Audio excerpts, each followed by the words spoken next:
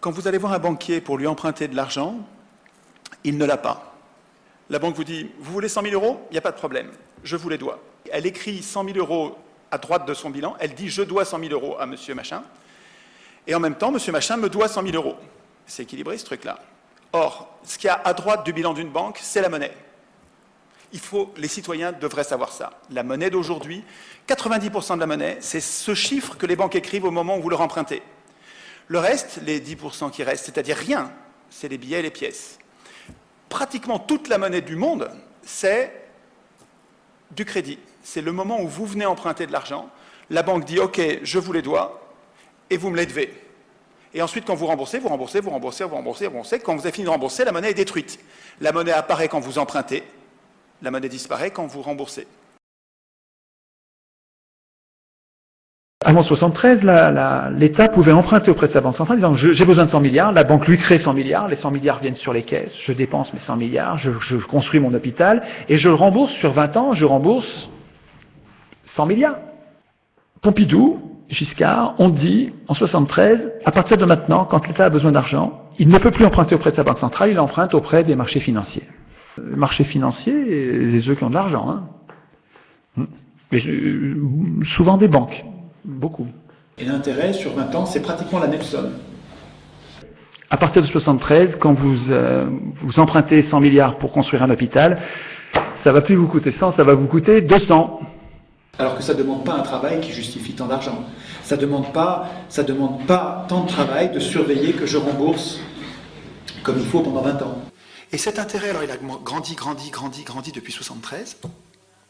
Et si vous regardez les déficits, alors, les déficits de chaque année, ils sont égaux au service de la dette. C'est-à-dire que s'il n'y avait pas la dette, on serait resté à peu près, grosso modo, on serait resté à peu près à l'équilibre. Et aujourd'hui, avec ce monstre de dette qu'on a, mais qui ne tombe pas du ciel, qui est le résultat de décisions par nos parlementaires, chaque année, de voter des budgets en déséquilibre. Depuis 80, donc depuis les socialos, la dette augmente, mais pas les dépenses publiques. Mais alors comment ça se fait qu'on fasse des budgets en déséquilibre si les dépenses n'augmentent pas? Ben, c'est les recettes qui baissent. Ah ouais, les recettes qui baissent. Les recettes, c'est les impôts. Ah, tous les impôts ont baissé? Ah non, pas tous. Non, pas tous les impôts. Les impôts des riches, des très riches, eux, ils baissent. On appelle ça d'un mot gentil qui est niche fiscale. Leur règle d'or, là, ça va servir de prétexte pour diminuer les dépenses des pauvres. Après avoir baissé les impôts des riches, on va diminuer les dépenses des pauvres. Là, on est vraiment à la merci des élus des riches. Mais tous, hein, le PS comme l'UMP. Et je parle de fait, là. Hein, qui nous a endettés au dernier degré? C'est les socialistes, hein, autant que l'UMP. C'est pareil, hein, ils sont ni socialistes ni populaires. L'UMP, c'est populaire, soi-disant. Tout ce que vous payez en impôt sur le revenu, 100% de ce que vous payez, ne sert pas à faire marcher les hôpitaux, les écoles, les services publics. Pas du tout. Ça part tout dans le service de la dette, c'est-à-dire que ça part dans les poches des riches qui ont prêté à l'État parce que l'État a renoncé à créer lui-même la monnaie dont il a besoin. Donc, la loi 73, devenue article 104 du traité de Maastricht, devenue article 123 du traité de Lisbonne, c'est une saloperie qui nous met dans les griffes des marchés financiers. Ils ont retiré cette création monétaire en disant ouais, l'État n'est pas capable, il est impécunieux, il va trop dépenser, il va en créer trop, il va y avoir de l'inflation. Et quand vous voyez ce que font les acteurs privés, c'est-à-dire que vous avez la Réserve fédérale américaine par exemple qui en ce moment crée $1,5 milliard de dollars par jour. Les institutions européennes nous mettent sous la dictature des marchés financiers en renonçant à la création monétaire et en nous imposant de payer un intérêt non nécessaire et ruineux sur toutes les dépenses publiques qui nécessitent un crédit. Ces affreux ont fixé la barre à 9 pour la France, 9-10% de chômage pour qu'on ne réclame pas des hauts salaires. Au Japon, ils sont plus dociles, il n'y a pas besoin de leur mettre le nez roux, ça s'appelle NAIRU. C'est un taux de chômage minimum pour que les gens ne nous embêtent pas à demander des trop gros salaires. Au Japon, ils sont tellement disciplinés que 1% suffit. Je ne sais pas si vous vous rendez compte du niveau de cynisme de ceux qui nous gouvernent et de nos économistes, entre guillemets. Le nez roux. C'est officiel, je ne vous parle pas, ce n'est pas des théories complotistes, c'est une doctrine. Il y a un niveau de chômage qui est calculé pour qu'il n'y ait pas d'inflation. Ces gens-là ne cherchent pas à réduire le chômage, ils cherchent à réduire l'inflation. Ah ouais. D'ailleurs, ils l'institutionnalisent. Ils l'écrivent dans la Constitution. Ils écrivent la Banque centrale sera indépendante, donc vous pouvez voter ce que vous voulez. Ça ne changera plus rien à cette politique. Et sa mission, c'est uniquement de lutter contre l'inflation, ce qui va se payer en chômage. On sait que, empiriquement, quand vous luttez contre l'inflation, vous le payez en chômage. Quand vous luttez contre le chômage, vous le payez en inflation. Les institutions européennes nous condamnent durablement, sciemment, volontairement, à un chômage de masse. Mais rien que ce point-là, ça suffit à dire, mais on se barre, on s'en va. Je suis allé voir Henri Guénaud, qui est le conseiller spécial de l'Élysée. Donc je lui ai montré la courbe du chômage, la gravité de la crise, voilà ce qui se prépare aux États-Unis, voilà ce qui se prépare en Chine. Bon. Et donc Guénaud me dit, je partage votre inquiétude.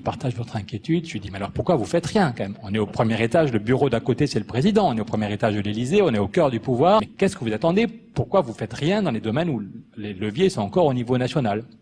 Et là il m'a lâché le morceau en disant qu'en fait le vrai conseiller du président, celui que Sarkozy écoute vraiment, c'est Michel Pebreau, le patron de BNP Paribas. Il y a une certaine consanguinité entre la Goldman Sachs et le gouvernement d'Obama, puisque c'est eux qui financent qui ont financé sa campagne. Le gouvernement représentatif permet aux riches d'acheter le pouvoir, en achetant la campagne électorale et en faisant des élus leurs débiteurs. Et puis en France, je vous fais pas un dessin, la façon dont on s'est passé le plan de sauvetage des banques a été fait en très étroite connivence avec la direction notamment de la BNP et de la Société Générale. Quand vous légiférez, vous êtes approché par des groupes de pression qui vont vous dire « non, on aimerait qu'il y ait l'article tant, etc. » Il y a des cas où des députés se font payer pour lancer un amendement. Moi j'ai vu ça au Parlement européen. Toutes les semaines, vous avez les lobbies bancaires qui viennent voir les politiques, et moi j'en suis témoin au Parlement parce qu'ils viennent harceler toutes les semaines. Et donc vous avez un système, je dirais, un peu opaque, oligarchique, qui prend des décisions, qui propose des décisions au gouvernement. Le gouvernement collectivement dit oui ou non, et après on donne l'ordre aux députés de voter le texte. Alors ça, c'est là la grande surprise quand quelqu'un est élu député d'une majorité, c'est qu'il reçoit des ordres du gouvernement et il n'est pas question de changer une virgule au texte que le gouvernement veut faire passer. Donc évidemment, avec un système pareil, il y a beaucoup de contrôle de personnes, mais c'est réellement comme ça que ça fonctionne. Donc dans cette situation-là, on voit bien que c'est pas le peuple en tout cas qui légifère, ça c'est certain, c'est une oligarchie en réalité, des groupes organisés qui se mettent d'accord entre eux, qui discutent entre eux, et tout cela sous les ordres de l'exécutif. Donc il n'y a plus de séparation des pouvoirs non plus par rapport à la théorie. En théorie, un pouvoir législatif, un pouvoir exécutif, en fait le pouvoir exécutif commande totalement le pouvoir législatif. C'est exactement ce que Montesquieu redoutait quand il disait, Montesquieu disait, toi tu fais les lois, tu es le Parlement, tu es le législatif, tu fais les lois, tu les appliques pas. Donc tout seul, tu ne peux pas nous faire de mal, parce que à toi tout seul, tu ne peux pas devenir un tyran. Tu ne peux qu'écrire les lois. Toi, tu exécutes les lois. Tu es l'exécutif. Mais tu ne peux pas écrire les lois. Sinon, tu deviendrais un tyran. Non. Tu es exécutif. Et toi, tu es juge. Tu interprètes et tu appliques les lois. Mais tu ne peux pas les écrire. Sinon, tu deviendrais dangereux, tyrannique. C'est ça la séparation des pouvoirs. Le régime dans lequel nous élisons des représentants qui décident tout à notre place pendant 5 ans, sans que nous puissions ni les révoquer, ni dire que la loi qui vient de passer est une épouvantable saloperie, ni dire que la loi qu'ils sont en train dont ils sont en train de nous priver, c'est une loi que nous voudrions, qui n'ont aucun compte à nous rendre, Ce régime-là, qui n'est absolument pas une démocratie, qui est notre régime actuel, il n'était pas voulu comme une démocratie, même pas en faisant semblant. C'est un discours de Sieyès qui explique à la Constituante 189, qui explique ce qu'on va faire. Les citoyens qui se nomment à eux-mêmes des représentants, renoncent. Et doivent renoncer à faire eux-mêmes la loi. Ils n'ont pas de volonté particulière à imposer. S'ils dictaient des volontés, la France ne serait plus cet État représentatif, ce serait un État démocratique. Du peuple, je le répète, dans un pays qui n'est pas une démocratie, et la France ne saurait l'être. Le peuple ne peut parler, ne peut agir que par ses représentants. Il n'y a pas la moindre ambiguïté. On ne peut pas dire « ouais, il voulait faire un truc qui ressemblait à une démocratie représentative », pas du tout. Il ne voulait pas de démocratie. Il voulait un gouvernement représentatif, c'est-à-dire un gouvernement dans lequel les peuples ne sont bons qu'à désigner leur maître. On pouvait croire à ce mythe en 1789 en disant on sort de l'ancien régime, on va en désignant nos maîtres, ça va être mieux. Je peux comprendre qu'on l'ait cru à l'époque, on n'avait pas testé. Mais après 200 ans d'expérience, nous désignons nos maîtres parmi ceux qui nous sont imposés par les plus riches, et donc c'est ça qui, pas au début, pas il y a 200 ans, mais après 200 ans d'évolution progressive, c'est Goldman Sachs qui va gouverner toute la planète. Ça ne sert à rien de dire ah, Sarkozy ne fait pas ceci, Sarkozy il fait ce pourquoi ceux qui ont payé sa campagne électorale l'ont élu, l'ont fait élire. C'est client, exactement. Tant qu'on ne fait que l'analyse des conséquences, c'est très important de faire l'analyse des conséquences, mais ça ne suffit pas. Si on se base sur les conséquences, il y en a un qui se base sur les malversations financières, il y en a un autre qui se base sur les désastres écologiques, il y en a un autre qui se bat contre la corruption des élus, il y en a un autre qui se bat contre l'injustice dans l'entreprise et le droit féodal qui règne dans l'entreprise. Chacun se base sur des conséquences. Nous sommes tous là des militants à nous bagarrer sur des choses très importantes mais qui ne sont que des conséquences et nous sommes incapables de nous réunir sur la racine commune de notre impuissance qui tombe pas du tout du ciel, qui n'est pas une fatalité. Notre impuissance politique, elle est programmée dans un texte dont tout le monde se fout. C'est incroyable. Nous nous foutons de la Constitution alors que c'est là qu'est écrit le fait que nous ne pouvons rien contre nos élus. Il existe un outil génial pour se protéger contre les abus de pouvoir. Tous les abus de pouvoir. Cet outil s'appelle la Constitution. Pour ne pas s'entretuer, on a besoin de pouvoirs qui écrivent des règles et qui vont être au-dessus de nous, qui vont nous dominer, auxquels nous consentons à obéir. Mais ces pouvoirs sont à la fois utiles, potentiellement précieux même, et en même temps potentiellement hyper dangereux. Alors, comment on sait ça ? On met en place, au-dessus des pouvoirs qui vont écrire le droit, on met au-dessus ce qui s'appelle un texte, et un texte supérieur, qui est le droit du droit, qui s'appelle la Constitution. Mais ce texte-là, il doit surplomber, il doit dominer, il doit contraindre les acteurs, il doit leur être absolument inaccessible. Il ne faut évidemment pas sottise dans laquelle nous sommes, il ne faut pas que ce soit les élus qui écrivent la Constitution. Pour l'instant, partout dans le monde, ceux qui écrivent la Constitution sont les professionnels de la politique. Ce sont les gens au pouvoir qui écrivent les règles du pouvoir. Ce sont les gens qui devraient craindre la Constitution qui l'écrivent. Un homme de parti qui se projette dans l'avenir, qui sait qu'il va être élu et qui se met à écrire une Constitution, évidemment qu'il ne va pas instituer le référendum initiative populaire qui va lui mettre des bâtons dans les roues sans arrêt. Évidemment qu'il ne va pas prévoir le respect du vote blanc qui va permettre de le jeter, qui va permettre de le foutre dehors en disant « mais moi je ne veux ni Ali Bédissé, je le trouve tous nuls, le vote blanc sert à dire ça, il sert à dire « vous êtes tous mauvais, rentrez chez vous, j'en veux d'autres ». Mais l'élu, il veut... Évidemment, l'élu ou le candidat ne veut pas que ce soit institué. En fait, il y a une situation de conflit d'intérêts. Ce qu'il faut qu'on change, c'est qui écrit la Constitution. Il faut faire attention à la qualité du processus constituant, c'est-à-dire qui écrit les règles. Si tu arrives à avoir une assemblée constituante tirée au sort, tout le reste va suivre. Tant que nous laisserons écrire la Constitution par des parlementaires, des ministres, des juges ou des hommes de parti qui sont financés par les plus riches, qui doivent tout leur pouvoir aux plus riches, qui doivent leur élection et leur réélection aux plus riches, qui sont donc complètement débiteurs des plus riches, qui sont asservis eux-mêmes aux plus riches. Même s'ils sont gentils, ils ne peuvent pas faire autrement. Obama, ça va être un chic type, il ne peut pas faire autrement. La première chose qu'il a faite quand il est arrivé au pouvoir, Obama, formidable, élire Obama, génial, tout le monde y a cru. Et la première chose le premier bonhomme qui désigne, c'est Geithner, c'est-à-dire le responsable de la catastrophe. Enfin, la catastrophe entre guillemets, c'est pas une catastrophe. Tout se passe comme prévu.